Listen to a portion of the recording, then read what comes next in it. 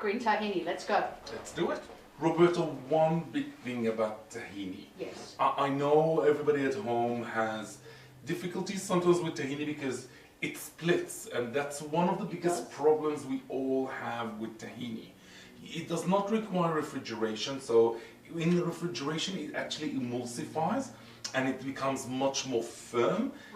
Put it in your cupboard. It lasts for a long time, not centuries, but it does last for quite a long time. My biggest tip with tahini, I know I take my food very seriously and my ingredients very seriously.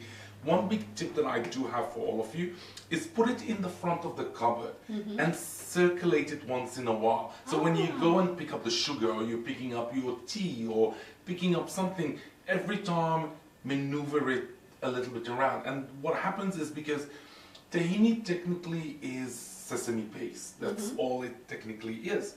And with seeds, they have a high content of oil.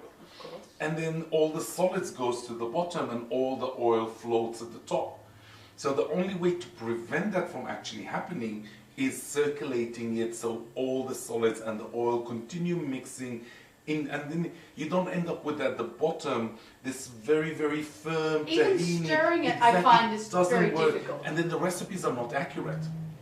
Because of course you've got the oil and the thicker. Exactly. I use it as well to, you know, when you're using butter to kind of butter your pans when you're baking cakes, I like using tahini instead of butter. Really? Yeah. Because it's high in oil, it still works. Exactly. And you don't need to actually put any flour, so you're taking the flour content out and it helps you to get the result. There's a good tip if you're gluten-free. I think we're up to tip number 7. This is great.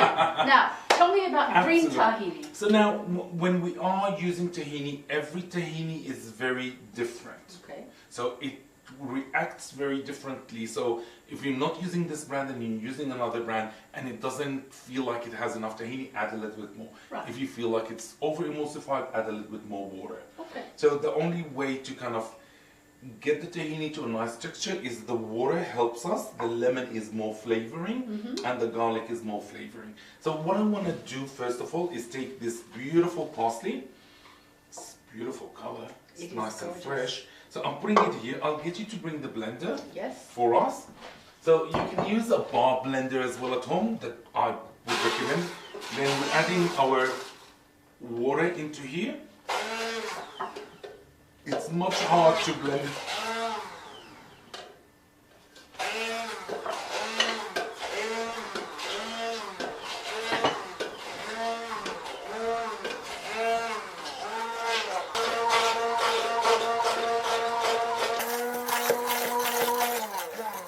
So what I'm doing over here is creating this beautiful green chlorophyll kind of texture puree out of it. That's before I'm adding the lemon juice and the tahini and my salt.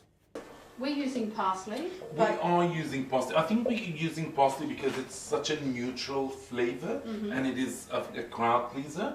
But if you are a coriander fan like me, you can definitely go for coriander. You can do it with dill. Okay. Or even a mixture? Or you give it a mixture. Parsley is easy, it gives you a great result, and it's a fantastic thing.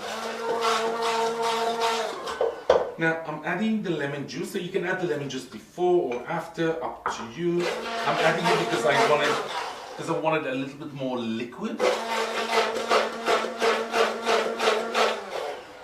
Now I'm taking the tahini. I'll get you to do the blending for me, Roberto.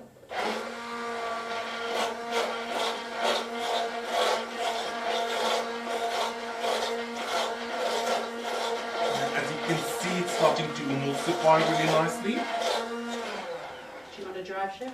And I'll trust you with the quantity. Ooh, okay. Big responsibility. I think a little bit more. Yes. Criminal minds think the same.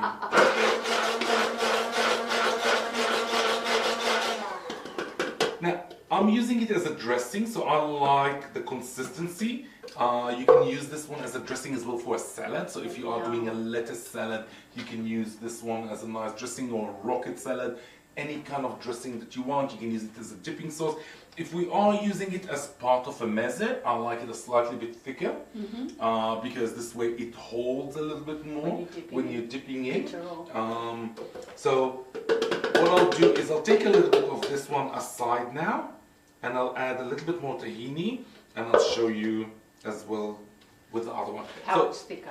Yeah, I'm only adding another half tablespoon. Yeah, so this way you're getting into 2 tablespoons instead of 1.5. Okay. If you're having it as a dip, sorry, tips, extra tips. We love extra tips. Nothing wrong with that. That's why you're here. And this one is a slightly bit thicker. If you want it a little bit more thicker than that, you can add a little bit more. I want it here to coat the falafels, and I don't want it to be too dense in flavor because I don't want the falafel flavor to vanish. To be overpowered. Yes. Do you want to add more salt? Or are you happy? I would add a touch more because I'm getting more lemon than... Do you agree? A little more salt? You can take it because the lemon and the salt balance each other, don't they? Yes. And if you like it less lemony, add less lemon. Don't worry about recipes. Change them a little bit around. The first time, just do it kind of the way the recipe is. And